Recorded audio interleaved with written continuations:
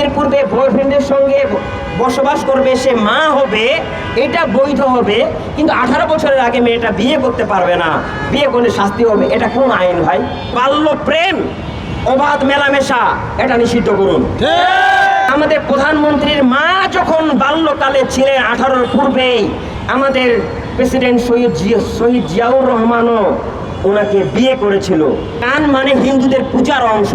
গান নাচ শিখালে ইমানি অনুভূতি বাড়বে, গান শিখালে কাম অনুভূতি বাড়বে। নাউজুবিল্লাহ। এই নারী পক্ষ কিন্তু সহশিক্ষা, এমনকি সিঙ্গেল মাদার, বিবাহের পূর্বে মাতৃত্বের সমর্থন করে।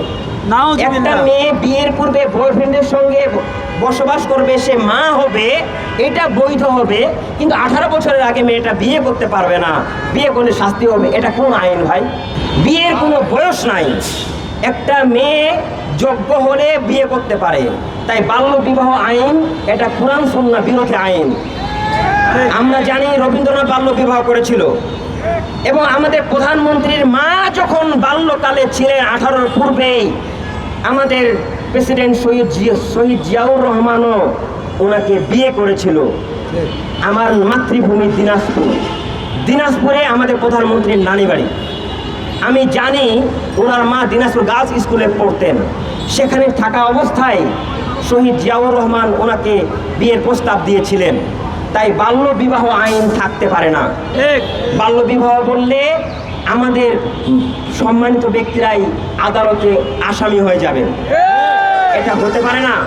বাল্য বিবাহ আইন বাতিল করতে, বরং বাল্য প্রেম, অবাধ মেলামেশা, এটা নিষিদ্ধ করুন। সহশিক্ষা বাতিল করুন, ছেলে পৃথক শিক্ষার ব্যবস্থা করুন।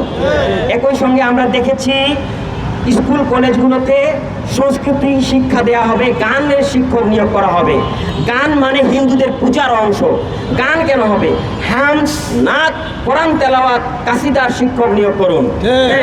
হামদ নাচ শিখালে ইমানি অনুভূতি বাড়বে, গান শিখালে কাম অনুভূতি বাড়বে। নাউজুবিল্লাহ। তাই আমরা এই সমস্ত গান বাজনা শিক্ষা দিতে পারি না। দেশে দেশে সবার সাথে দ্য নিউজ।